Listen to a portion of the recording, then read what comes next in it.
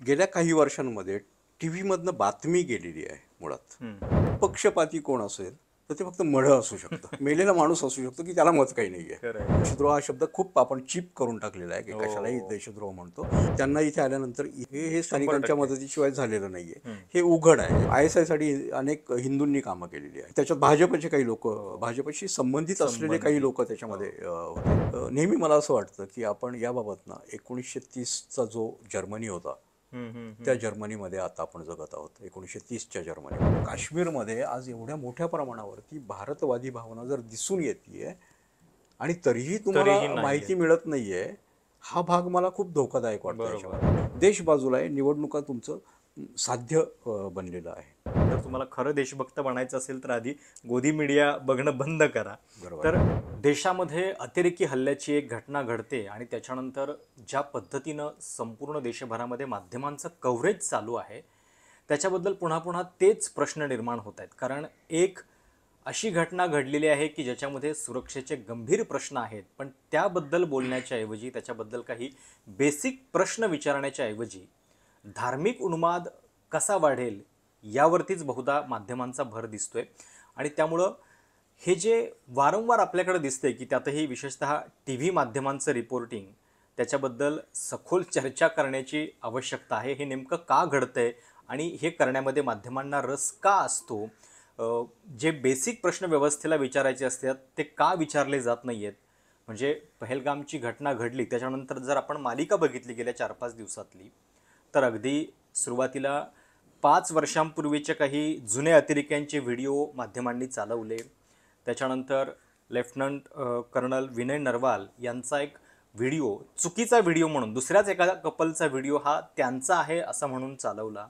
त्याच्यानंतर केंद्रीय गृहमंत्री अमित शहा प्रत्येक मिटिंगला जाताना त्यांच्या बॉडी लँग्वेजचं अशा पद्धतीनं वर्णन केलं की जणू आता म्हणजे जेव्हा ते विमानात चढतायत तर ते इतक्या जोरात चढतायत याच्यावरनं त्यांच्या काही पुढच्या कृतींचा अंदाज करण्यामध्ये सुद्धा माध्यमं कमी पडलेली नाही आहेत. आणि कुछ बडा होने वाला है म्हणजे समथिंग बिग इज कुकिंग या नावाखाली तर प्रत्येक छोट्या छोट्या गोष्टीचं एक मोठं आकलन करण्यामध्ये माध्यमं गुंग आहेत.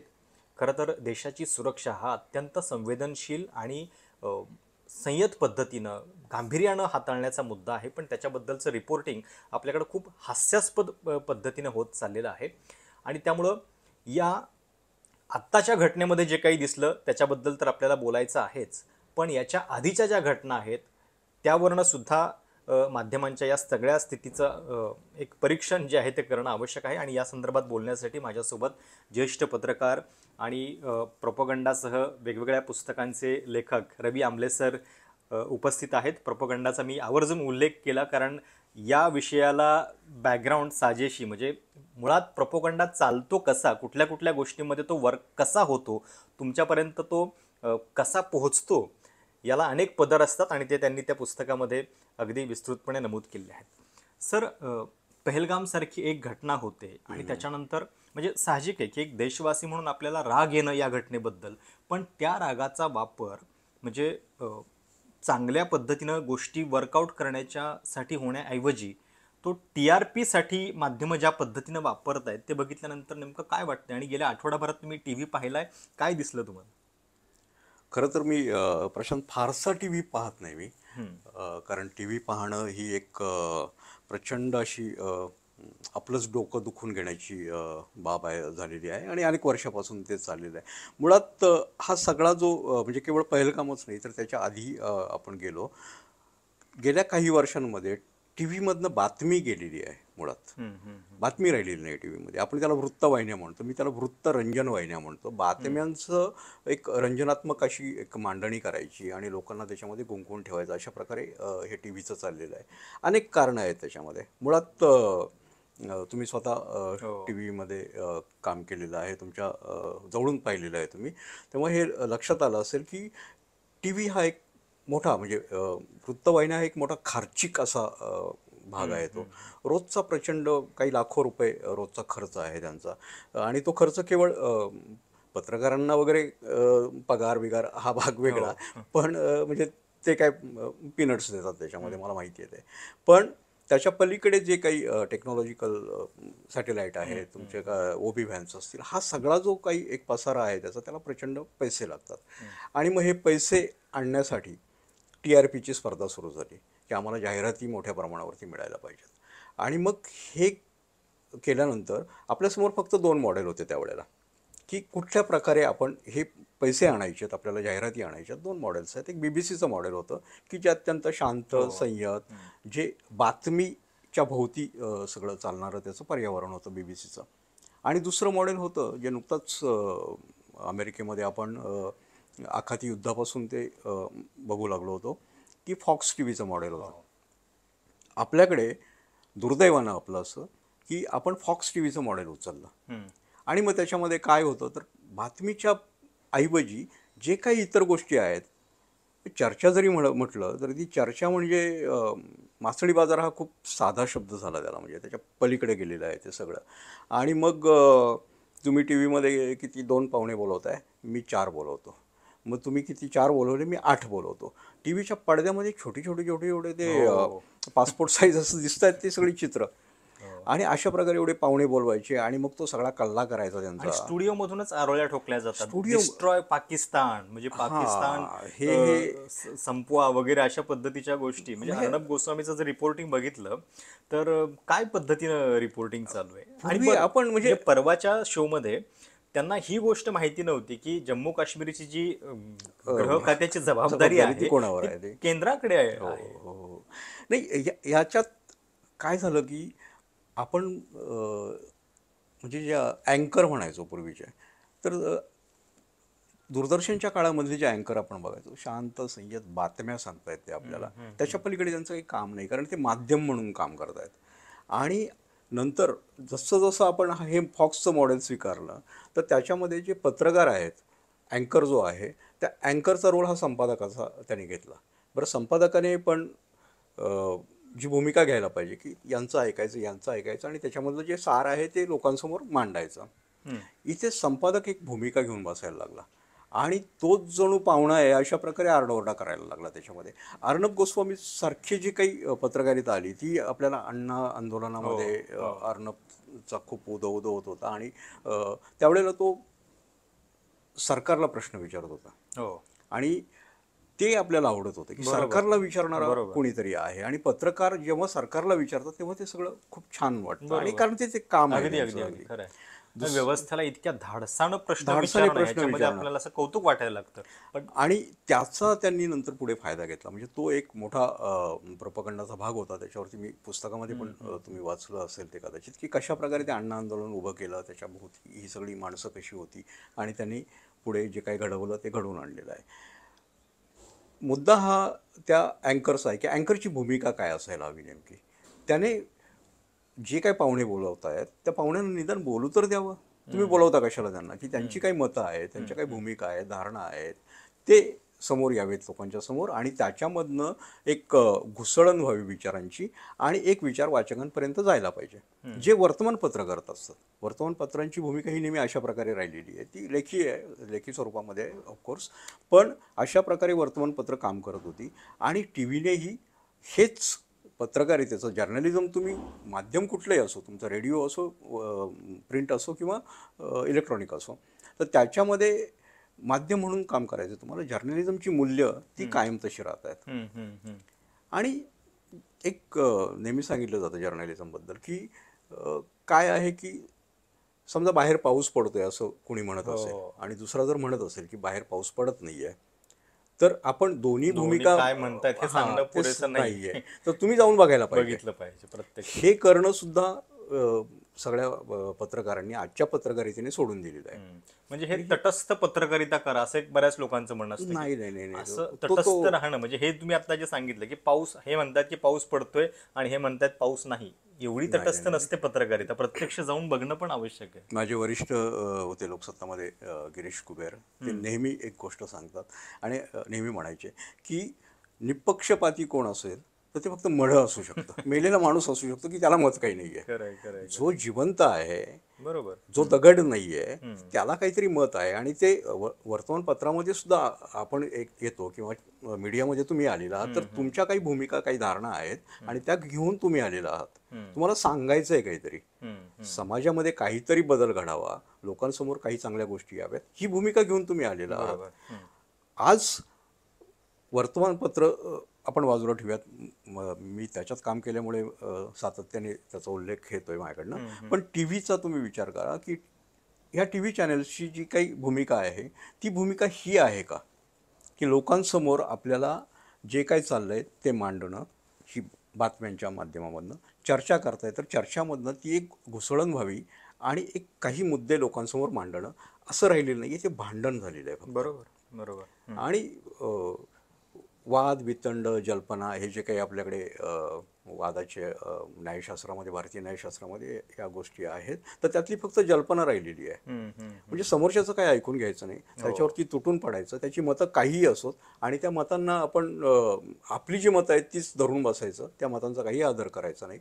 अशा प्रकारे मग हे फक्त आरडाओरडा, भांडणं, वितंड या पातळीवरती टी व्ही उतरलेला आहे. आणि हे केवळ माझं तुमचं मत आहे अशातला भाग नाही, तर समोर जो आज प्रेक्षक बसलेला आहे टी व्ही समोर, त्या प्रेक्षकाचंही हे मत आहे.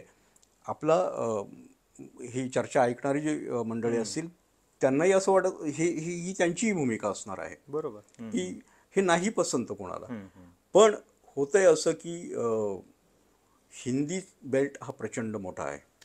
आणि दुसरी गोष्ट म्हणजे लोकांना हे कन्झ्युम करण्यासाठी म्हणून मधल्या काळामध्ये एक टी व्ही शिवाय दुसरं काही नव्हतं. आत्ता मोठ्या प्रमाणावरती यूट्यूबवरती यूट्यूब वाहिन्या आलेल्या आहेत, यूट्यूबमध्ये अनेक जण पत्रकार उतरलेले आहेत आणि त्यातनं एक चांगल्या प्रकारे एक मांडणी करतात, चर्चा करतात. हे सगळं यूट्यूबला चाललेलं आहे आणि लोक हळूहळू तिकडे वळत आहेत. आता हे वळायला लागल्यामुळे, यूट्यूबचं मोठं संकट टी व्ही समोर उभं राहिल्यामुळे टी व्ही आणखी चेकाळल्यासारखा झालेला आहे की मग त्या स्पर्धेमध्ये मात करण्यासाठी. आणि मग तिथे सगळ्यात आधी आम्ही सांगितलं, हा जो काही एक मूर्खपणा आहे, सगळ्यात आधी आम्ही सांगितलं, ओके सांगितलं, अरे पण काय सांगितलं, ते खरं आहे खोटं आहे ते कोण पाहणार आहे, हे पाहिलं जात नाही. आणि त्याच्यात मग तुम्ही जे आधी उल्लेख केला, ज्या घटना घडल्या की काहीही चुकीची माहिती द्यायची, फेक न्यूज हे करायच्या आणि प्रत्येक गोष्ट मला हवी त्या प्रकारे ट्विक करून घ्यायची, म्हणजे तथ्यांची पण तोडमोड करायची. हे सगळं आज टी व्हीमध्ये चाललेलं आहे आणि हे प्रेक्षकांना पसंत नाही आहे. घरात टी व्ही आहे आणि त्या केबलचे काही पैसे भरलेले आहेत आणि म्हणून तो टी व्ही लागतो आणि ते बघितलं जातं. तुमचा TRP मोजण्याची सुद्धा जे काही नियम आणि जे काही आहे त्याच्याबद्दलही ते सगळा वादाचा विषय आहे. आणि त्याच्यावर हे सगळं TRP आणि मग त्याच्यावर जाहिराती मिळणं, हे एक सगळं गणित उभं राहिलेलं आहे आणि त्यातनं हे सगळं चाललेलं आहे असं मला वाटतं. मागच्या वेळी जेव्हा पुलवामाची घटना घडलेली होती, तेव्हा एका इंग्रजी वृत्तवाहिनीचे जे संपादक आहेत, त्यांचं एक व्हॉट्सॲपवरचा मेसेज तो नंतर व्हायरल झाला होता की this attack we won't like crazy. म्हणजे अशा पद्धतीनं एखाद्या राष्ट्रीय म्हणजे घडामोडीचा तुम्ही कशासाठी फायदा करून घेता, कशा पद्धतीनं तुम्ही बघता, हे त्याच्यातनं स्पष्ट झालेलं होतं. आता या घटनेमध्ये सुद्धा हेच दिसतंय की बेसिक प्रश्न विचारले जात नाही आहेत.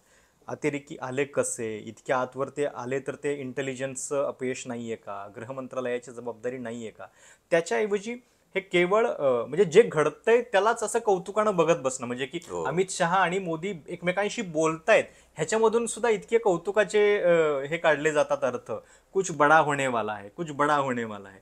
तर हे या कौतुकामध्ये हरवून बेसिक प्रश्न या संपूर्ण पहलगामच्या याच्यात आपण विसरून गेलो आत्ताच्या या घटनेबद्दल बोलायचं झालं तर. प्रश्नच नाही. फॅनबॉय मीडिया असल्यानंतर हेच होणार होतं की जे काही करतायत, आपण ज्यांचे फॅन आहोत, मोदींचे फॅन आहोत, तर मोदी जे काही करतायत वा वा वा वा मोदीजी, एवढंच करणं आता हे राहिलं. गोदी मीडिया हा शब्द त्याच्यातनं आलेला आहे की तुम्ही त्यांच्या मांडीवर बसल्यानंतर मग काय करणार आहात, त्यांचंच कौतुक आणि त्यांच्याच आरती आणि त्यांचीच भाटगिरी आपण करणार आहोत. अशा प्रकारे हे चाललेलं आहे आणि हा सगळा फायद्याचा भाग आहे त्यांच्या. हा बिझनेस आहे. वॉर इज अ बिझनेस म्हणतात. तो अनेकांसाठी धंदा असतो, व्यवसाय असतो, त्याच्यातनं पैसे कमायची संधी असते आणि ती पैसे कमायची संधी आज या पहलगामच्या अत्यंत नृशंस असं ते हत्याकांड झालेलं आहे. आणि त्या हत्याकांडामधनं आपण म्हणजे काय ते म्हणतात ना, आपदामे संधी की हां काय हां ते हां, आपदा में अवसर. आपदामे अवसर. तर हे अशा आपत्तीमधनं ही संधी शोधतायत आणि ही संधी त्यांना मिळालेली आहे आणि आता ते सगळं ते जे नाही, काय पण प्रॉब्लेम काय होतो की यानं गोष्टी ग्राउंडवरती काही बदलत नाहीयेत. म्हणजे हे थोड्या काळाकरता होईल की स्टुडिओमधनं तुम्ही वॉर क्राय करताय, लोकांच्या भावना उत्तेजित करतायत, तुम्हाला ते पाकिस्तानी गेस्ट पण बोलवायचे असतात, बोलवायचे. त्यांना लाखो रुपये दिले जातात बरोबर आहे, इकडं बरोबर आहे, स्टुडिओत बरोबर आहे, बसण्यासाठी. म्हणजे बरोबर मला आहे. तर हे कळलं नाही की काल 16 युट्यूब चॅनलवरती सरकारनं बंदी घातली. मग हे गोष्टी का अलाउड केल्या जात आहेत? पाकिस्तानी लोक तुम्ही बोलवता कशाला तुमच्या स्टुडिओमध्ये? एक्झॅक्टली. हे आणि केवळ नाटक आहे. आणि ती लोक येत आहेत इथे आपल्याकडे बोलतायत, भारताला नाही नाही ते शिव्या घालतायत, भारताच्या हो, विरोधामध्ये वक्तव्य करतायत आणि ती वक्तव्य आपल्या नॅशनल टी व्हीवरनं संपूर्ण संपूर्ण समाजासमोर जात आहेत. जात आहेत. म्हणजे हे याच्या इतका देशद्रोह कुठला नाही आहे असं मला वाटतं. देशद्रोह हा शब्द खूप आपण चीप करून टाकलेला आहे की कशालाही हो. देशद्रोह म्हणतो. पण जर देशद्रोह म्हणायचा असेल तर हा आहे की तुम्ही देशाच्या विरोधामध्ये बोलणाऱ्या, तुम्हाला ही काय बाजू मांडणार आहात? पाकिस्तानची बाजू का मांडणार आहात तुम्ही? अतिरेक्यांची कोणी प्रतिनिधी बोलावणार आहात का तुम्ही? की त्या खरं तर आज पाकिस्तानवरती आपण टीका करतोय, आपण पाकिस्तानची मानगूट धरलेली आहे की तुम्ही हा हल्ला घडवलेला आहे आणि ते खरं आहे. म्हणजे त्याच्याबद्दल काही दुमत असायचं काही कारण नाही आहे. पाकिस्ताननेच तो हल्ला घडवलेला आहे. त्यांना इथे हिंदू मुस्लिम दंगे घडवून आणायचे होते, हिंदू मुस्लिमांमधली मानसिक फाळणी करायची, त्याच्यासाठी चाललेलं होतं. अशा पाकिस्तानचे प्रतिनिधी तुम्ही आणताय, म्हणजे ते अतिरेक्यांचे प्रतिनिधी बोलवताय तुम्ही. हम्म. आणि त्यांना घेऊन तुम्ही जर बसलेला असाल इथे, तर तुमच्यासारखे देशद्रोही दुसरे कोणी नाही आहेत. बरोबर. आणि आणि याला सरकारनंही खरं तर ही बंदी घालायला पाहिजे या असल्या चॅनेल्सवरती. मी हम्म, बंदीच्या विरोधामध्ये आहे, सेन्सरशिपच्या विरोधामध्ये मी आहे. पण आज अशी भावना होती की हे का चालतंय, हे का कशासाठी केलं जातंय हे. हम्म, तर हे थांबवायला पाहिजे कुठेतरी. आणि सरकारनं सांगण्याच्या ऐवजी, मी जर पत्रकार आहे, अनेक वर्ष पत्रकारितेत काढलेले आहे, मला माहिती आहे पत्रकारिता काय, तर मला एवढी अक्कल असायला हवी ना की कोणाला आणायचं आहे, गेस्ट म्हणून कोणाला आणणार आहोत आम्ही. म्हणजे तो परवाचा व्हिडिओ तुम्ही बघितला का मला माहिती नाहीये, पण एका प्रतिष्ठित इंग्रजी चॅनलची एक पत्रकार की जी नोटबंदीच्या वेळी त्या नोटेमध्ये चिप आहे चीप असं आहे. सांगत होती, ती परवा एक डेमॉन्स्ट्रेशन देत होती काश्मीरच्या त्या रस्त्यावरती, आणि की झाडामध्ये कसे अतिरेकी लपतात एक असं झाड दाखवत होती. म्हणजे हे इतक्या हास्यास्पद पातळीवरती नाही, कारण अभ्यास नाही आहे. हम्म, हम्म, एक तर तिथे गेल्यानंतर आपल्याला काय करायचं आहे. हम्म, आता ह्या म्हणजे एखादा बातमीदार आज पहलगाममध्ये गेला तर तो काय करेल, म्हणजे कशा प्रकारची बातमीदारी त्याने त्याच्याकडनं अपेक्षित असेल त्याच्या संपादकांना.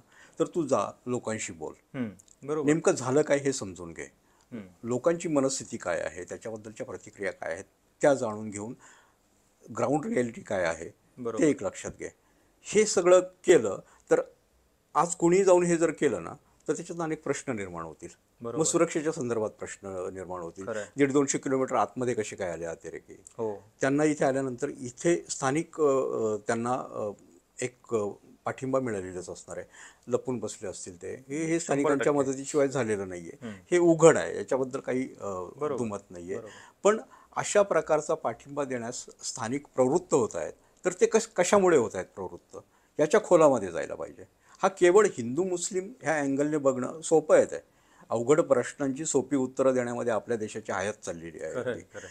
पण इतकं सोपं नसतं ते. हम्म, हा प्रश्न असा आहे की आज काश्मीरमधली परिस्थिती जर बघितली आपण प्रशांत, तर एक प्रो इंडिया भारतवादी अशी एक मोठ्या प्रमाणावरती भावना प्रबळ झालेली दिसते तिथे. हम्म, हम्म. त्याच्यात कारणं वेगळी असू शकतात. त्याच्यामध्ये कदाचित अगदीच माझ्या रोजीरोटीवरती कदा अणू पाहत आहेत म्हटल्यानंतर जे काही एक प्रतिक्रिया येणं आहे तेही झालेलं असू शकतं. आपल्याला नेमकं सांगता येत नाही. पण दिसतंय काय, तर ते आज भारताच्या बाजूने मोर्चे काढतायत, दहशतवादाचा निषेध निषेध करतायत. करतायत. आणि जर मोठ्या प्रमाणावरती लोक असं करत असतील, काश्मीरी मंडळी ही भारताच्या बाजूने तिथे उभे असतील, काश्मीरी लोक, तर त्यातले काही स्थानिक लोक हे दहशतवाद्यांच्या बाजूने अजूनही का आहेत किंवा त्यांना का मदत करतायत, हा एक भाग झाला. हा इंटेलिजन्सच्या त्या परिप्रेक्ष्यात बघायला पाहिजे आपण. मग त्यांच्यावरती काही धाकदपटशा करून त्यांना मदत करायला लावतायत का, की ते स्वतःहून करतायत, काही असू शकतात, काही एलिमेंट्स प्रलोभन असू असू शकतात, शकतात, प्रलोभन काही असू वेगळे. शकतात. हां. अनेक म्हणजे ISI साठी अनेक हिंदूंनी कामं केलेली आहेत. हो, हो, हो. त्याच्यात भाजपचे काही लोक, भाजपशी संबंधित असलेले काही लोक त्याच्यामध्ये होते. काही गोरक्षक होते राजस्थान आणि आपले मध्य ते काय प्रदेशमध्ये. कुरुलकर प्रदीप ते- कुरुलकर जे आहेत DRDOचे हो. एवढे मोठे सायंटिस्ट होते, अशी लोक आहेत. किंवा सर्वसामान्य माणूस आता जो काही आहे, ज्याची 6 तारखेला आता त्याचा केस कोर्टामध्ये उभी राहणार आहे हायकोर्टामध्ये. तो अगरवाल म्हणून एक ब्राह्मोसमधला मुलगा होता, निशांत अगरवाल. त्याला जन्मठेप झालेली आहे आणि त्याची केस आता आहे. हा कोण आहे? अगरवाल आहे तो. हम्म, हम्म, तेव्हा हे लोक का करतायत ना, हा हा एक समजून घेण्याचा भाग आहे. पण चॅनेल याच्याकडे कुठेही वळत नाही आहेत, हम्म, हम्म. त्या खोलापर्यंत जात नाही. ते कुठेतरी झाडाची ढोली हो, शोधत हो, फिरतायत, चुकीच्या पद्धतीने माहिती देत आहेत. हो. म्हणजे कुठल्या प्रकारची हत्यारं त्यांच्याकडे आहेत यांना काही पत्ता नाही आहे. आपले भारतीय सैनिक कशा प्रकारे जाऊन तिथे कारवाया करतायत काहीही नाही आहे. हा केवळ एक व्हिडिओ गेम चालवावा एक्झॅक्टली. हो. अशा प्रकारे हे सगळं वार्तांकन वृत्तांकन केलं जात आहे. आणि त्याच्यातनं लोकांना काही समजत नाही.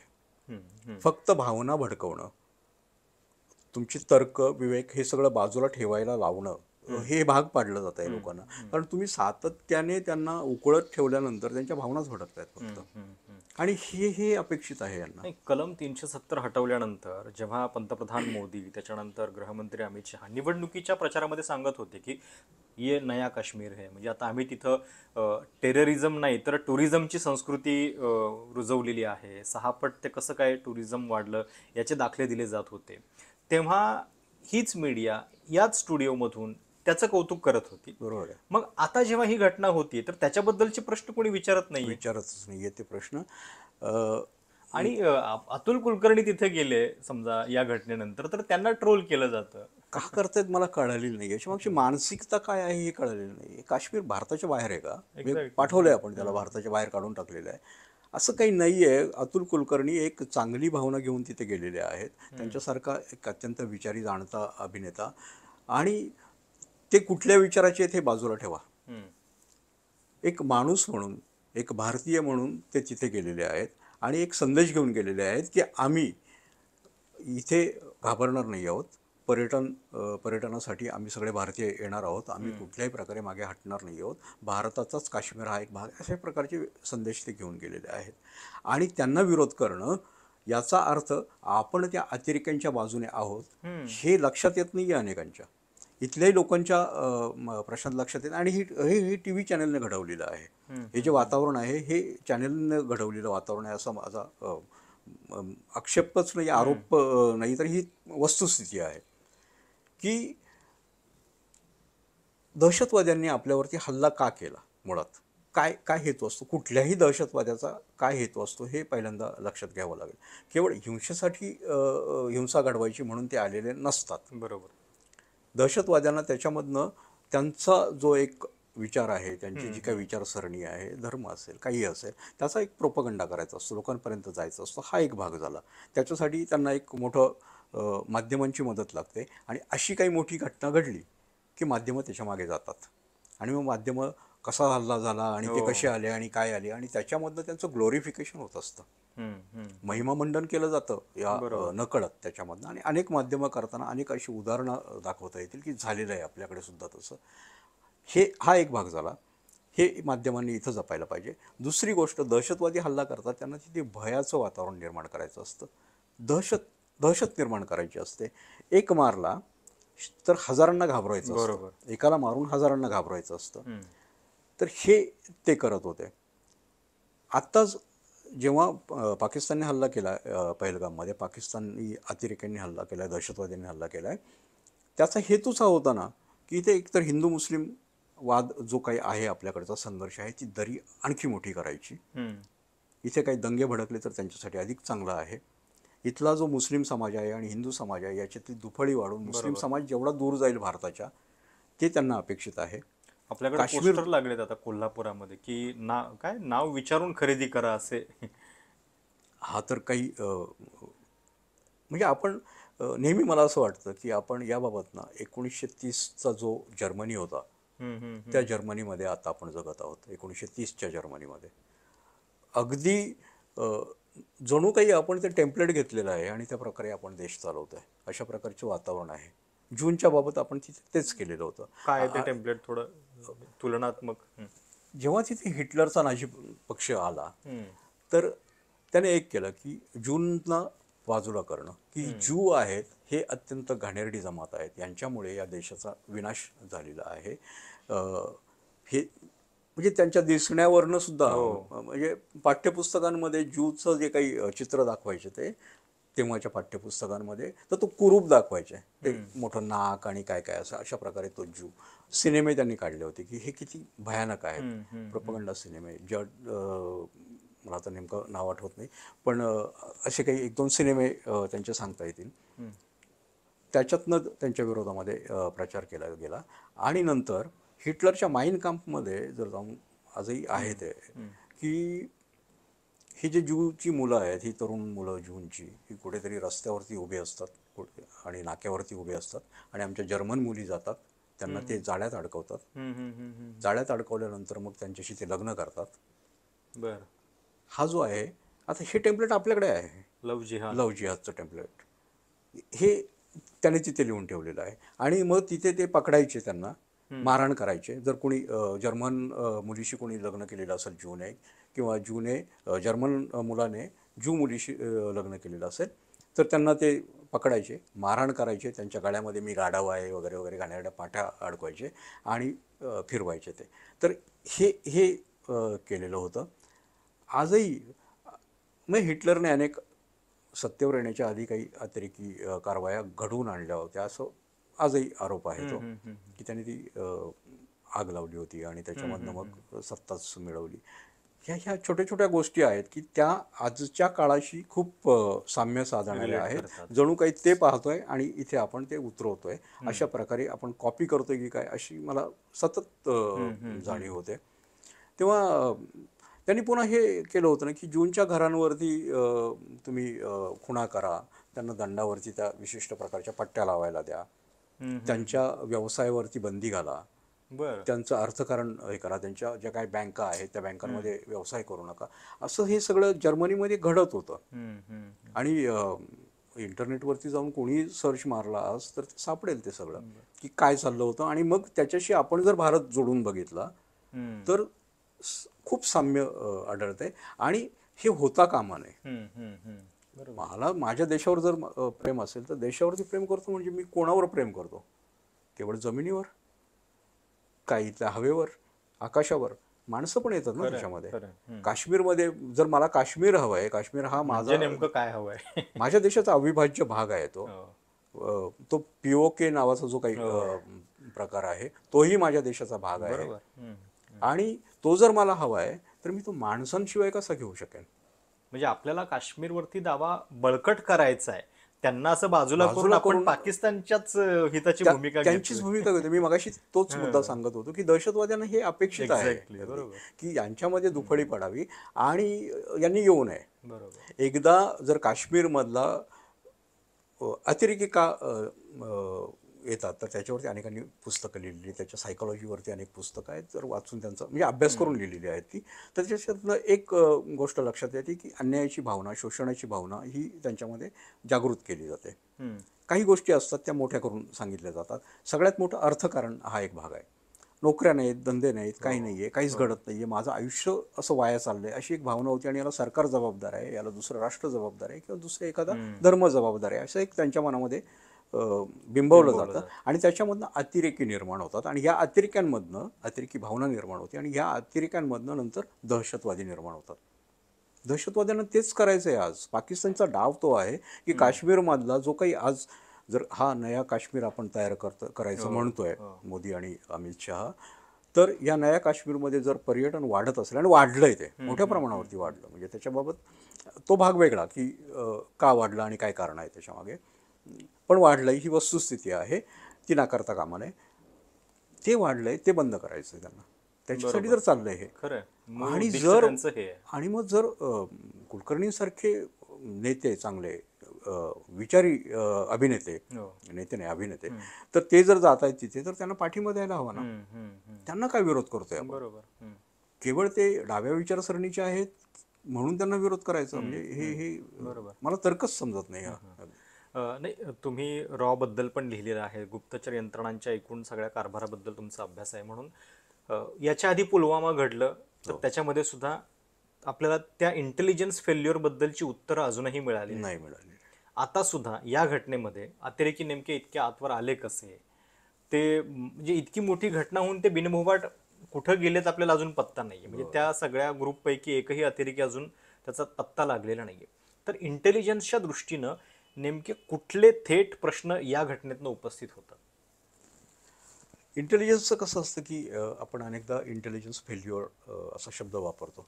कुठलीही ज्या वेळेला घटना घडते एखादी, देशाच्या विरोधात अतिरेकी हल्ला होतो किंवा कोणी घुसखोरी करतं, तर ते ऑफकोर्स इंटेलिजन्स फेल्युअर आहे, कारण आपल्याला त्याची माहिती मिळालेली नाही आहे, हा भाग असतो.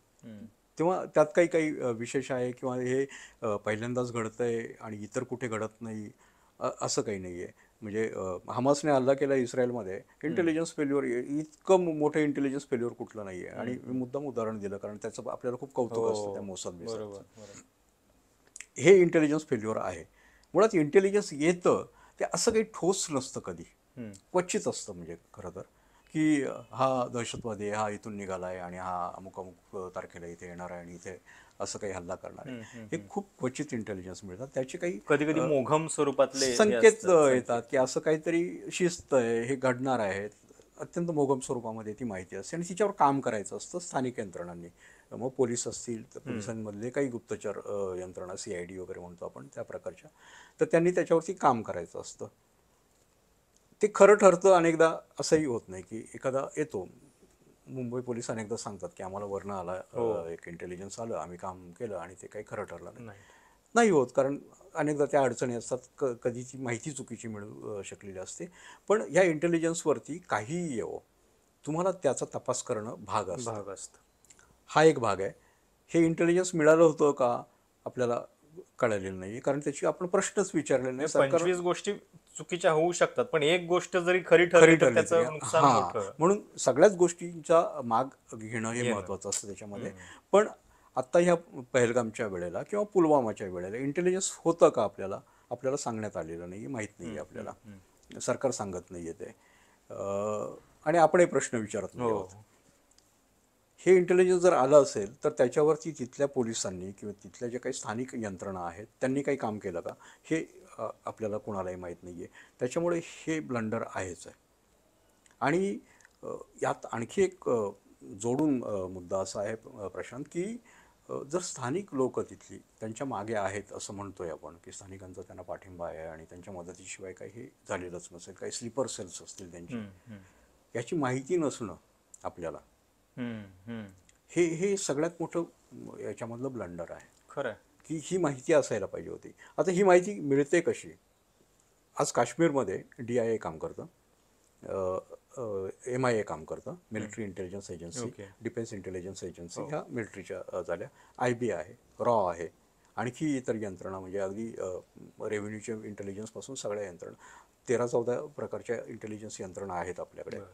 सगळ्याच काम करतात असं नाही, पण अनेक यंत्रणा जिथे काम करतात त्यातल्या ह्या महत्त्वाच्या. IB तर त्यातली महत्त्वाची अगदी, कारण तिचं मॅन्डेटच आहे देशामध्ये काम करणं. बरोबर. यांनी IBचे इंटेलिजन्स चालतं अशा प्रकारे. म्हणजे माहिती कशी मिळते इंटेलिजन्सची, तर तुमचे खबरे असतात, जसे पोलिसांचे असतात तशी यांच्याही खबरे असतात. त्या खबऱ्यांकडनं तुम्हाला माहिती मिळालेली असते किंवा तुम्ही इन्फिल्ट्रेट केलेलं असतं, त्यांच्या जे काही गट आहेत त्याच्यामध्ये घुसखोरी केलेली असते, आपली माणसं घुसवलेली असतात, त्यांच्याकडनं येतं. ही जर माहिती येत नसेल तर तुम्ही इथे कमी पडलात हे दिसतं, की तुमच्याकडे खबरे नाही आहेत. आणि जर काश्मीरमध्ये आज एवढ्या मोठ्या प्रमाणावरती भारतवादी भावना जर दिसून येते आणि तरीही तुम्हाला माहिती मिळत नाहीये, हा भाग मला खूप धोकादायक वाटतो याच्यामध्ये. हे काय आहे नेमकं, हे समजून घ्यायला पाहिजे.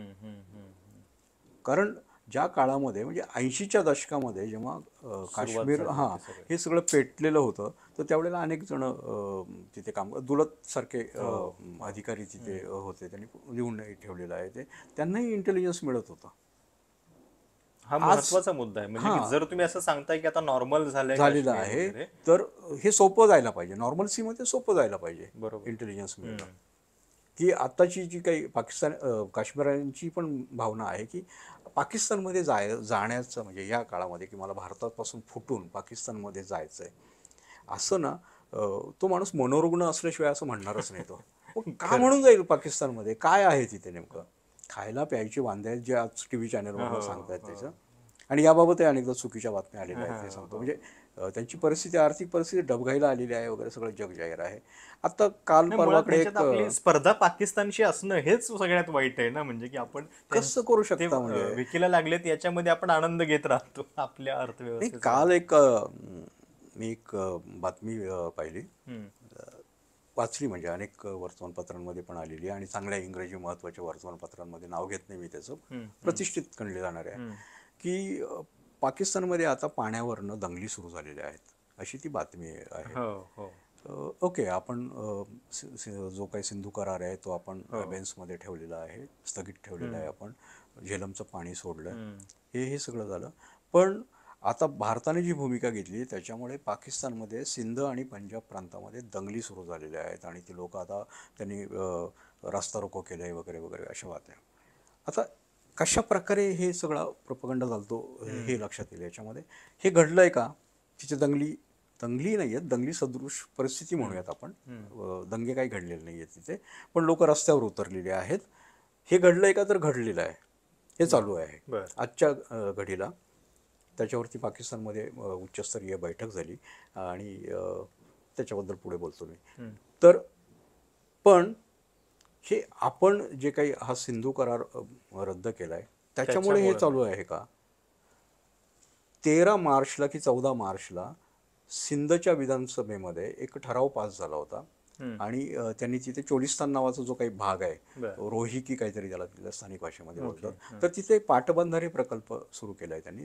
13-14 कॅनल्स काढणार आहेत ते इंडस सिंधू नदीवरती, आणि ते जे पाणी आहे ते त्यांना पंजाबमध्ये वळवायचं आहे. ते पंजाबातून सिंधमध्ये, आणि सिंध प्रांतातल्या लोकांचा त्याला विरोध आहे की आमचं पाणी पळवू नका. आपल्याकडे जे काही तमिळनाडू आणि कर्नाटक आणि हा जो काही कावेरीचा वाद आहे, तशा प्रकारचा तो वाद आहे. आणि ते आता महिना झाला आहे त्याला, म्हणजे हे प्रकरण व्हायच्या आधी 13-14 मार्चला तेव्हा ठराव होता, त्याच्या आधीपासून हे सगळं तापत होतं जेव्हा तो जाहीर केला. आपल्याकडे असं भासवलं जातंय की हे आपल्यामुळे म्हणजे मोदींचा वॉटर स्ट्राईक आहे, अशा प्रकारे हा प्रोपगंडा चाललेला आहे. अरे, त्यांचा तो ग्रीन पाकिस्तान प्रोजेक्ट आहे, त्याच्या अंतर्गत ते कॅनल्स बांधणार आहे, त्याला तिथे विरोध होत आहे. त्याचा आपल्याशी आज काही संबंध नाही आहे किंवा ह्या घटनांशी ते जोडून जर बघायला, वस्तुस्थिती हेच दिसते की दंगे चालले आहेत. मग दंगे कशामुळे चालले आहेत, तर आता आपण त्यांचे पाणी 24 तासात परिणाम, 24 तासात परिणाम मोदींनी निर्णय घेतला. आणि हेही पण म्हणजे गिरे तुम्ही टांग उपर अशा प्रकारे चॅनलचं चाललेलं आहे. पाणी अडवणार, मास्टर स्ट्रोक. ओके, छान आहे, काहीतरी करायला पाहिजे होतं. आणि काय करू शकतो, तर अशा याच्यामध्ये सिंध करार जो काही आपण नेहमीच म्हणायचो आम्ही रद्द करणार आहोत, तो आता आपण स्थगित केला. ओके, रद्दही केलेला नाही तो. मग पाकिस्तानने काय केलं, तर मूर्खार्ग तो एक सिमला करार तो आम्ही रद्द करू. फरक काय पडतो, ते तुमचं आणि आमचं भांडणच चाललंय त्या सिमला करारातले जी काही कलमं आहेत कोण पाळतंय ते, तेव्हा तो असाही रद्दच झालेला होता. तर हे जे काही चाललेलं हा एक खेळ चाललेला आहे आणि त्याच्यात मग आता पाणी आपले बंद करणार. आणि त्या पाकिस्तानमध्ये त्या लोकांचे तुम्ही जर बघितलं ट्विटरवरती मीम्स चालू आहे त्याच्यामध्ये. मी एक मीम बघितलं होतं की तो पाकिस्तानी माणूस आहे, अरे पाणी सोडा भारत हो, पाणी सोडा, माझ्या डोळ्यामध्ये साबण गेलाय. अशा प्रकारचे मीम्स वगैरे ते चालेल. कारण ती लोक ते आपल्याला हसत नाही आहेत, ते भारतावरती काही टीका करतात या मीम्समधनं, असं नाही. हे सगळे मीम्स आहेत ना हे त्यांचे, की त्यांना आता ते हतबल झालेले आहेत. ही परिस्थिती आहे पाकिस्तानची, की आता काय करायचं, तर हसायचं. आता हसण्यापलीकडे आपण काहीही आपल्या हातामध्ये नाही, बरोबर, अशी परिस्थितीमध्ये ते आलेले आहेत. पण आपण काय करत आहोत, आपण पाण्याचं झालं, त्याच्यानंतर मग झेलमचं पाणी सोडलं आपण, आणि बघा हाही मास्टर स्ट्राईक. या जलकराराबद्दलचं रिपोर्टिंग ज्या पद्धतीनं झालं, खरं तर ते फारच म्हणजे इमॅच्युअर अशा पद्धतीचं होतं. कारण नदी आहे ती शेवटी, म्हणजे ती काय राष्ट्र निर्माण होण्याच्या आधीपासून अस्तित्वात आहे आणि ती जी प्रकृती थांबवू शकत नाही ती गोष्ट मोदी थांबवणार आहेत अशा पद्धतीनं. खरं तर त्याच्याबद्दल ज्या काही गोष्टी आज आपण करायला घेतल्या तरी त्याचे परिणाम आपल्याला जवळपास मला वाटतं 3 दशकं लागतील सगळे दिसायला. आणि ज्या वेळेला आपण असं एखादी घटना घडली आणि आपण त्या नदी करारात आपण स्थगित करणार असं सांगितलं, त्याच्यानंतर पुढे काय झालं, मग केला का आपण. कारण मग तोपर्यंत नॉर्मल्सी येते. नॉर्मल्सीमध्ये आपण करू शकत नाही. 2 राष्ट्रांच्या मधला हा करार आहे आणि हे आपल्याकडे ना ह्या सगळ्या गोष्टींचं पर्स्पेक्टिव्ह आपलं खूप लहान आहे. आपण खूप लहान झापडबंद पद्धतीने याच्याकडे चौकटीतनं बघतो याच्याकडे, की हे शेजाऱ्यांमधलं भांडण आहे.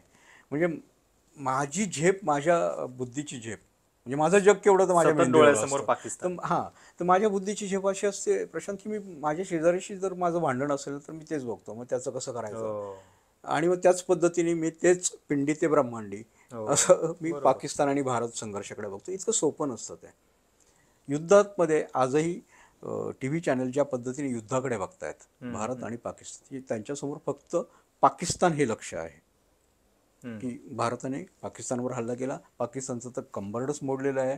त्यांच्याकडे एक मीम आहे त्याच्यातला, की आपल्या कुठल्या तरी एका माणसाने ट्विट केलं होतं आणि आपलं जे काही सुखोई वगैरे विमान आहेत असं एक विमान दाखवलं होतं आणि हे तुमच्यावर येऊन बॉम्ब टाकणार आहे वगैरे अशा प्रकारचं ट्विट होतं ते. तर तिकडे त्याने त्या सायकलला विमानाचा आकार दिलेला असं घेऊन एक जण चाललेला आहे, बघा म्हणे आम्ही तयार आम्ही आहोत. तयार आहोत. तर ही पाकिस्तानची परिस्थिती आणि हे सगळं आपण दाखवतो. पण केवळ पाकिस्तानशीच युद्ध होणार आहे का आपलं, हा एक महत्त्वाचा भाग आहे.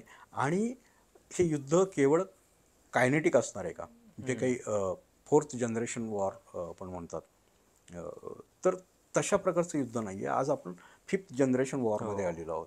आणि हा जो हे वॉर आहे, हे केवळ बॉर्डरवरती किंवा विमानं आणि सैन्य आणि रणगाडे आणि असं अशा प्रकारचं नसतं. तर याच्यामध्ये सायवॉर हा सगळ्यात महत्त्वाचा भाग असतो. सायबर वॉर हा सगळ्यात महत्त्वाचा भाग आहे. माहितीचं जे युद्ध आहे ते महत्त्वाचं आहे. हे सगळं होणार आहे. खरं. आणि हे सायबर वॉर केवळ आणि पाकिस्तानच करेल असं आजूबाजूला नाही आहे. म्हणजे चीन वगैरे ते काय भूमिका चीन घेत आहे, आहेत. चीन अनेकदा टपून बसलेलं आहे. चीनने अनेकदा आपल्यावरती ट्रायल म्हणून हल्ले केलेले आहेत आपल्यावरती. म्हणजे सायबर अटॅक झालेले आहेत आपल्याकडे. लडाखमध्ये झालेलं आहे. ज्यावेळेला गलवानचं चाललेलं होतं त्यावेळेला लडाखच्या पॉवर ग्रीडवरती हल्ला केला होता. मुंबईच्या पॉवर ग्रीडवरती हल्ला केलेला होता. ओके. 2020मध्ये ते प्रकरण आलं होतं आपल्याकडे. एकदा लाईट गेली होती अख्खी मुंबईची, वीज बंद पडली होती. तर हे जे झालं होतं हे त्याच्यामध्ये चायनाचा हात होता, हे उघड झालेलं आहे. हे आता आपण अधिकृतरित्या मांडत नाही आहे एवढंच फक्त. पण ज्या काही बाहेरच्या यांच्यावरती लक्ष ठेवून असणाऱ्या संस्था आहेत, ज्या अभ्यास करत असतात, अशा अनेक संस्थांनी हे उघड करून दाखवलेलं आहे. आणि त्या काळामध्ये आपल्या महाराष्ट्र सरकारनेही हे मान्य केलं होतं की आपल्यावरती सायबर अटॅक झालेला आहे. तर हे असे अटॅक वाढू शकतात त्याच्यामध्ये, आणि त्याला आपली तयारी आहे का. आपण ऑफकोर्स आपल्या संस्था आहेत, सर्टीनसारखी मोठी संस्था आहे आपल्याकडे की जी याच्यावरती सातत्याने लक्ष ठेवून असते. पण हे अशा प्रकारचं युद्ध होणार आहे आणि त्याचा तुमच्या माझ्या जीवनावरती परिणाम होणार आहे. हे एक सायबर वॉरचं झालं. साय वॉरमध्ये तर चालूच आहे. दहशतवाद्यांनी साय वॉरचा पहिला राऊंड जिंकलेला आहे. ओके. की ज्या अर्थी या देशामध्ये मोठ्या प्रमाणावरती हिंदू आणि मुस्लिम अशी दुफळी चाललेली आहे, समाज माध्यमांमधनं हे चाललेलं आहे, त्या अर्थी दहशतवाद्यांनी त्यांचे जे काही आका जे आहेत त्यांना जे काही अपेक्षित होतं ते सगळं घडलेलं आहे. त्यांनी पहिला राऊंड जिंकलेला आहे. बरोबर आहे. दुसरा राऊंड म्हणजे कटू असलं तरी हेच सत्य आहे. हेच सत्य आहे. कारण तुम्ही माणसं बाजूला करतायत. हिंदू मुस्लिम चष्म्यामधनं प्रत्येक घटनेकडे बघायचं. मुसलमानांमध्ये अतिरेकी नाही आहेत असं कोणीच म्हणत नाही. बरोबर. आहेत अतिरेकी, त्यांना तुम्ही शिक्षा करा, शिक्षा करायला हवी त्यांना. आणि त्या मुळाशी जायचं की फक्त वरवरच्या फांद्या छाटत बसायचं, हाही एक भाग बघायला हवा. दहशतवाद हा रक्तबीज नावाचा जो आपल्याकडे एक राक्षस होता ना, ते रक्तबीज आहे. त्या प्रत्येक थेंबामधनं एक दहशतवादी निर्माण होतो. तर त्याच्यामुळे कुणाला मारायचं असतं तर त्याचा प्राण ज्याच्यामध्ये आहे त्या राक्षसाचा नेमका, तर त्या प्राणावरती तुम्हाला बाण सोडायला हवा. आणि ते आपल्याकडे दुर्दैवाने केलं जात नाही. आणि त्याच्यामध्ये ही सरकारची भूमिका आहे, सरकारनं करायला हवं, हे सरकारचं काम आहे. पण नागरिकांची भूमिका ही आहे की सरकारला ते करण्यासाठी बाध्य करणं. बरोबर. आणि तिथे एक नागरिक म्हणून या देशावरती प्रेम करणारा नागरिक जर आपण असू, आपण देशप्रेमी असू, तर ही भूमिका आपण घ्यायला पाहिजे. दुर्दैवानं ते नाही आहे. केवळ निवडणुकीत कोण जिंकणार याच दृष्टीने बघायचं. निवडणूक हेच नजरेसमोर ठेवायचं आणि त्या निवडणुकीपुढे देश हा दुय्यम झालेला आहे. ही आजची परिस्थिती आहे आपली. आणि मी केवळ भाजपच्या बाबतच असं म्हणतोय असं नाही. अनेक प्रादेशिक पक्ष आहेत खरं की तेही अशाच पद्धतीने करतायत. देश बाजूला आहे, निवडणुका तुमचं साध्य बनलेलं आहे. जे साधन असायला हवं. सत्तेवर येण्याचं एक साधन आहे आणि सत्ता हे एक साधन मानायला पाहिजे. ते नाही आहे, सत्ता हेच साध्य आहे. अशा प्रकारे आज परिस्थिती आता आहे. तुम्ही निवडणुकीचा विषय काढला म्हणून पंतप्रधान मोदी हा हल्ला झाल्यानंतर सौदी अरेबियाचा दौरा सोडून इकडं आले, पण त्याच्यानंतर त्यांनी काय केलं तर ते सर्वपक्षीय बैठकीला उपस्थित नव्हते. ते नंतर गेले बिहारच्या सभेमध्ये आणि तिथं त्यांनी विधानं केली. म्हणजे ही गोष्ट जे काही सांगायचे ते तुम्ही खरं सर्वपक्षीय बैठकीत सांगितलं पाहिजे. पुढचा मुद्दा की पत्रकार परिषद आपण विसरूनच गेलेलो आहेत की अशा काही घटनांनंतर एखादी पत्रकार परिषद होणं अपेक्षित आहे.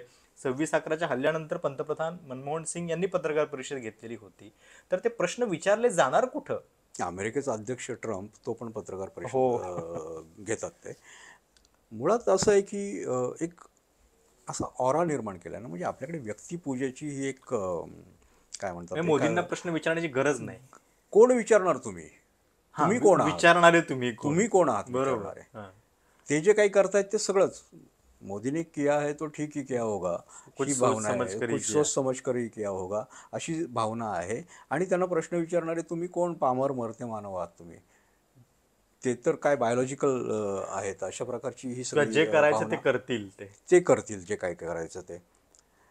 हे योग्य नाही आहे. ते जर स्वतः मोदी असं म्हणतात की मी प्रधान सेवक आहे, हो. तर त्या प्रधान सेवकाला तुम्ही प्रश्न विचारायला हवे. ते जर म्हणतात मी आणि तो चौकीदार अधिकार आहे, त्यांनी बहाल केलाय तुम्हाला. बहाल केलेला आहे, चौकीदार आहेत असं म्हणताय, तर चौकीदाराला विचारायला पाहिजे की बाबा रे ही माणसं घुसली कशी बरोबर. माझ्या देशामध्ये, ही माणसं आली कशी, हे तुम्ही विचारायला पाहिजे. मोदी ते काहीही करत नाही आहेत. मोदींनी मुळात एक लक्षात आलेलं आहे त्यांच्या की ज्या काही अपेक्षा लोक ठेवत आहेत की जे काही करायला पाहिजे एका नेत्याने, मी ते करणारच नाही. तुम्ही असं म्हणताय ना की आल्यानंतर मी काश्मीरला जायला हवं, ती माझी जबाबदारी आहे. जखमींना भेटायला वगैरे. जखमीनं ते भेटलं तर तुम्ही काश्मीरला नका जाऊ. सुरक्षेच्या कारणासाठी आपण जात नाही आहोत तिथे काश्मीरला, असं नातेवाईकांच्या घरी जाऊ शकतात. नातेवाईकांच्या घरी जाऊ शकता तुम्ही. आणि याच्यातनं लोकांसमोर चांगले संदेश जात असतात की त्या लोकांच्या पाठीशी संपूर्ण राज्य यंत्रणा आहे, संपूर्ण देश आहे, अशा प्रकारचा संदेश जात असतो याच्यातनं. बरोबर. राज्य एखाद्या अपघातामध्ये किंवा एखाद्या दुर्घटनेमध्ये मृत्युमुखी पडलेल्याला ते जे काही अनुदान देतात, 5 लाख मदत वगैरे करतात, ती नुकसान भरपाई नसते हो. बरोबर. ते देश तुमच्या मागे आहे, पाठीशी तुम्हाला आहे. उभं राहण्यासाठी मदत करणार आहे, ही एक भावना त्याच्यामधनं गेलेली असं. आपल्याला पैसे दिसतात, ही भावना दिसत नाही, आपण ती विसरलोय खरं तर. आणि हे मोदींनी करणं गरजेचं होतं, ते झालेलं नाहीये. मला म्हणजे अशी अपेक्षा होती की ते ज्या वेळेला आले इथे, तर त्यावेळेला निदान इथे एक टी व्ही समोर येतील, पत्रकार परिषदा नका घेऊ तुम्ही, स्टेटमेंट देतील ते. मन की बात करण्याची काही गरज नव्हती ती टी व्ही समोर येऊन तातडीने राष्ट्राला उद्देशून संदेश देणं. जसं तुम्ही 8 वाजता येता ना, तसे 8 वाजता आले असतात. बरोबर. लोकांनाही बरं वाटलं असतं आणि त्याच्यातनं जर हा संदेश दिला असता पाकिस्तानलाही, आणि पाकिस्तानचे जे काही पाठीरेखे देश आहेत त्यांच्याबद्दल तर आपण काही बोलतच नाही म्हणा, पण त्यांनाही तर एक मेसेज दिला असता आणि लोकांना सांगितलं असतं की तुम्ही अतिरेक्यांचे, दहशतवाद्यांचे जे मनसुबे आहेत ते यशस्वी होऊ देऊ नका. हे मोदींनी केलं असतं तर ही प्रचंड मोठी गोष्ट घडली असते. खरं. शेवटचा प्रश्न आता या चर्चेमध्ये, जेव्हा आपण या सगळ्या माध्यमांच्या अशा वार्तांकनाबद्दल बोलतोय, पुढच्या नजीकच्या कालावधीमध्ये त्याच्यात काही सुधार होण्याची तर शक्यता नाही आहे, तर अशा वेळी लोकांनी आपल्यापर्यंत जे पोहोचतंय ते सत्य आहे की प्रोपगंडा, हे कसं ओळखायचं, त्याच्यासाठी काय केलं पाहिजे त्यांनी? प्रश्न फार महत्त्वाचा आहे प्रशांत. आणि मला असं वाटतं की लोकांनी नेमका टी व्ही चॅनल हा कशा प्रकारे चालतो, त्याच्यावरच्या वादचर्चा या कशा प्रकारे चालतात ना, त्याचं मेकॅनिझम ते समजून घ्यायला पाहिजे. मी मगाशी म्हणालो की फॉक्स टी व्हीचं मॉडेल आपण स्वीकारलेलं आहे. तर फॉक्स टी व्हीमध्ये ना ते 4D नावाचं एक तंत्र अवलंबतात ते, की त्याच्यात टी व्हीमधनं जे काही मेसेजिंग दिलं जातं, माहिती दिली जाते, त्या माहिती कशा प्रकारे असते, तर त्याच्यामध्ये पहिल्यांदा ते डिस्मिस करतात. बरं. जी काही गोष्ट आपल्याला समोर येते आहे, जी काही तथ्य समोर येत आहेत, त्याला इन्कार करायचा. असं काही घडलेलंच नाही आहे, हे काही झालेलंच नाही आहे, जे मी सांगतोय तेच सत्य आहे, अशा प्रकारे एक ते करतात. या मी चर्चांबद्दल बोलतो, ज्या चर्चा चालतात त्याच्यात. नंतर ती जी माहिती आहे ती डिस्टॉर्ट करतात. ओके. तिचं विरूपण करून टाकतात. जी काही तथ्य आहेत समोर, तथ्य हे आहे, उदाहरणार्थ काय पाकिस्तानमध्ये त्या नदीच्या पाणी वाटप त्या पाणी वाटपाच्या त्या मुद्द्यावरनं तिथे आधीपासूनच भांडणं भांडणं आहेत, पण ते दाखवायचं नाही, आधीपासून आहे हे दाखवायचं नाही, तर बघा याच्यामुळे हे झालं, हे तथ्यांचं विरूपण झालं, अशा प्रकारे करायचं, अशा प्रकारे हा प्रोपगंडा करायचा. हे झालं डिस्टॉर्शन झालं त्याचं. ते डिस्ट्रॅक्ट करतात तुम्हाला की हे जर सर्वसामान्य लोकांच्याही लक्षात यायला लागलेले आहे आता, म्हणजे वेगळं सांगायची काही गरज नाहीये की आपल्याकडे तर ते रोज चालू असतं की म्हणजे छोटं कोणी काँग्रेसचं काही बोललं की त्याच्यावरती डिबेट्स कडनं वगैरे. हे डिस्ट्रॅक्शन आहे की मूळ जो मुद्दे आहेत, महत्वाच्या ज्या गोष्टी आहेत, त्यांच्यापासून लोकांना बाजूला घ्यायचं, त्यांचं लक्ष विचलित करायचं. लक्ष विचलनाचा हा एक भाग आहे. आणि याच्यामधनं ते काय करतात म्हणजे डिसमिस, डिस्ट्रॅक्ट, डिस्टॉर्ट, आणि शेवटचा जो डी आहे 4D मधला डी, तो आहे डिस्मे. म्हणजे लोकांच्या मनामध्ये राग, संताप, नैराश्य, हतबलता अशा प्रकारची भावना निर्माण करायची आणि त्या भावनेमध्ये त्यांना उकळत ठेवायचं सातत्याने. तर कुठलीही चर्चा आहे ना, या चर्चेमध्ये हे 4D लावून बघायला पाहिजे लोकांनी की हे चालू आहे का याच्यामध्ये. दुसरी गोष्ट म्हणजे अनेकदा ह्या ज्या बातम्या आहेत यांचं एक स्वरूप आहे, त्याला प्रोपगंडामध्ये पॅनिक मॉंगरिंग टेक्निक म्हणतात, की घबराट पसरायची. एक कुणीतरी शत्रू सातत्याने समोर ठेवायचा आपल्या. आज हा आहे तर उद्या तो असेल. आज कोण आपल्यासमोर ब्राह्मण शत्रू असेल, मुस्लिम असेल, मराठा असेल, कोणीही. मध्ये ते वंजारी आणि मराठा हा वाद चाललेला होता की या जातीसमोर ती जात, या धर्मासमोर तो धर्म, अशा प्रकारे ते शत्रू ठेवायचे. मग कधी ते बांगलादेशी असतील, ते कधी घुसखोर असतील, कधी रोहिंग्या असतील, हे उभे करायचे. मी असं म्हणत नाही आहे की हे मुद्दे नाही आहेत, पण ते मुद्दे अशा प्रकारे मांडायचे लोकांना की यांच्यामुळेच सगळं घडतंय, खरं असं काही नसतं. तर हे शत्रू उभे करायचे आणि घबराट माजवायची. हे पॅनिक मॉंगरिंग सातत्याने टी व्हीवरनं चालू असतं. त्यांची जी काही दुसरी गोष्ट आहे की हॅशटॅग नावाचा प्रकार सुरू केलेला आहे. तो एक आपल्याला ना हे यांना काय सांगायचं आहे नेमकं, यांचा प्रोपगंडा काय आहे ना, हॅशटॅगवरनं ओळखता येतो. खरं.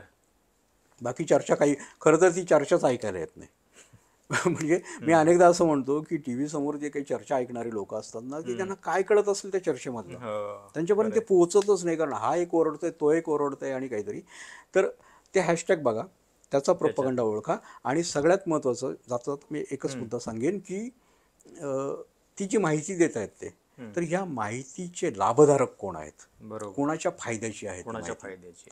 एवढं एकदा लक्षात आलं ना की ही माहिती या लोकांच्या फायद्याची आहे आणि मग त्या दृष्टीने सांगितली जाते, ते बघा. ते सांगतायत म्हणून, प्रशांत कदम सांगतायत म्हणून किंवा रवी आमले सांगतायत म्हणून विश्वास ठेवू नका. खरं.